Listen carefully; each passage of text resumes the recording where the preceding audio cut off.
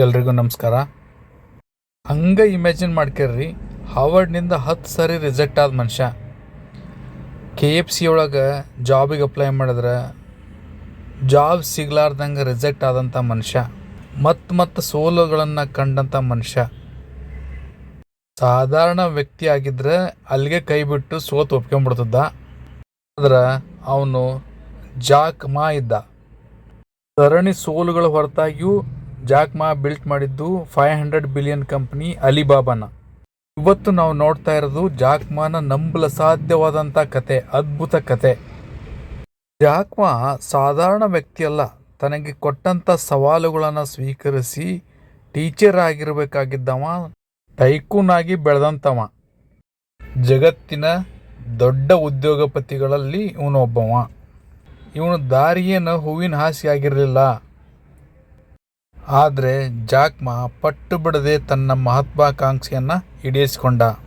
1964ರಲ್ಲಿ ಚೈನಾದ ಹ್ಯಾಂಗ್ಝೌ ಸಿಟಿನಲ್ಲಿ middle class ಫ್ಯಾಮಿಲಿಯಲ್ಲಿ ಹುಟ್ಟಿದಂಥ Jack ಮಾ ಸಣ್ಣವನಿದ್ದಾಗ ಇಂಗ್ಲೀಷ್ ಕಲಿಯೋಕ್ಕೋಸ್ಕರ ಟೂರಿಸ್ಟ್ಗಳಿಗೆ ಫ್ರೀ ಸೈಕಲನ್ನು ಆಫರ್ ಮಾಡ್ತಿದ್ದ.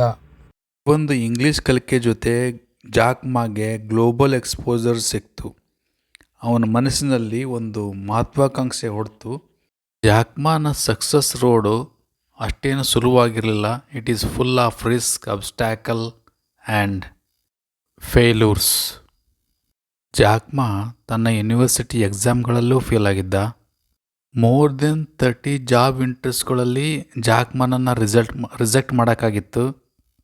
ಜಾಕ್ ಮಾ KFC ಇಂಟರ್ವ್ಯೂಗೆ ಹೋದಾಗ 24 ಮಂದಿಯಲ್ಲಿ 23 ಮಂದಿನ ಸೆಲೆಕ್ಟ್ ಮಾಡಲಾಗಿತ್ತು. ಆದ್ರೆ ಆ 24ನೇದವ ರಿಜೆಕ್ಟ್ ಆದವ ಯಾರು ಅಂತಂದ್ರೆ ಅದೇ ಜಾಕ್ ಮಾ.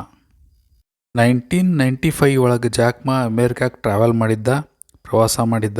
ಆ ಟೈಮ್ನಾಗ ಅಲ್ಲವ ಇಂಟರ್ನೆಟ್ ನೋಡ್ತಾನೆ. ಇಂಟರ್ನೆಟ್ ನೋಡಿ ಆ ಟೈಮ್ನಲ್ಲಿ ಚೈನಾದಲ್ಲಿ ಇಂಟರ್ನೆಟ್ ವ್ಯವಸ್ಥೆ ಇನ್ನೂ ಅಂಬೆಗಾಲಿಡ್ತಿತ್ತು. ಇವನಿ ತಲೆಯೊಳಗೆ ಆವಾಗ ಬಂದಿದ್ದು ಅಂತಂದರೆ ಈ ಇಂಟರ್ನೆಟ್ನಿಂದ ಸಣ್ಣ ರಫ್ತು ಮಾಡೋರಿಗೆ, ಉದ್ಯಮಿಗಳಿಗೆ ಗ್ಲೋಬಲ್ ಲೆವೆಲ್ನಲ್ಲಿ ಜಗತ್ತಿನಾದ್ಯಂತ ಒಂದು ಮಾರ್ಕೆಟನ್ನು ಸೃಷ್ಟಿ ಮಾಡಬೇಕಂತ ಇವನು ತಲೆಯಾಗಿ ಬಂತು. ಚೈನಾದ ಒಂದು ಸಣ್ಣ ಸಿಟಿನ ಸಣ್ಣ ಅಮೌಂಟ್ನಿಂದ, ಸಣ್ಣ ಕ್ಯಾಪಿಟಲ್ನಿಂದ ಈ ಕ್ಯಾಪಿಟಲನ್ನು ಹೊಂದಿಸೋದಕ್ಕೆ ಕೂಡ ಅವನು 17 ಮಂದಿ ಇನ್ವೆಸ್ಟರ್ನ ಕನ್ವಿನ್ಸ್ ಮಾಡಿದ್ದ. ಎಲ್ರಿಗೂ ಅಲಿಬಾಬಾ ಸಕ್ಸಸ್ ಆಕತ್ತೋ ಇಲ್ಲೋ ಅನ್ನೋದೇ ಡೌಟ್ ಇತ್ತು. ಆದರೆ ಜಾಕ್ ಮಾನ ಚರಿಷ್ಮಾ ಮತ್ತು ಅವನನ್ನ ಒಂದು ಕಾನ್ಫಿಡೆನ್ಸ್ ಏನಿದೆಯಲ್ಲ, ಅಲಿಬಾಬಾವನ್ನು ವರ್ಷಗಳಲ್ಲಿ ಚೈನಾದ ಅತಿ ದೊಡ್ಡ ಕಾಮರ್ಸ್ ಪ್ಲ್ಯಾಟ್ಫಾರ್ಮ್ ಆಗಿ ಹೊರಗೆ ಬರೋದಕ್ಕೆ ಕಾರಣ ಆಯಿತು. ಮಾನ ಕತೆ ಕಲಿಸೋ 3 ನಮಗೆ ಪಾಠಗಳು ಅಂತಂದರೆ, ಒಂದು, ನಾವು ರಿಜೆಕ್ಷನ್ ಅನ್ನೋದನ್ನು ಮೆಟ್ಲು ಮಾಡ್ಕೊಂಡು ಸಕ್ಸಸ್ ಕಡೆಗೆ ಹೋಗ್ಬೇಕಾಗ್ತತಿ. ಎರಡನೇದು, ನಾವು ಯಾವತ್ತೂ ಸಣ್ಣ ಗುರಿಗಳನ್ನ ಇಟ್ಕೊಂಡು ದೊಡ್ಡ ಅಚೀವ್ಮೆಂಟ್ ಮಾಡಬೇಕಾಗ್ತತಿ. ಹಾಗೆ ರಿಸೋರ್ಸಸ್ಗಿಂತ ಮುಖ್ಯ ರೆಸಿಲೆನ್ಸ್, ಕಾನ್ಫಿಡೆನ್ಸ್ ಅಂತಂದು ಅರ್ಥ ಮಾಡ್ಕೊಳ್ಬೇಕಾಗ್ತತಿ.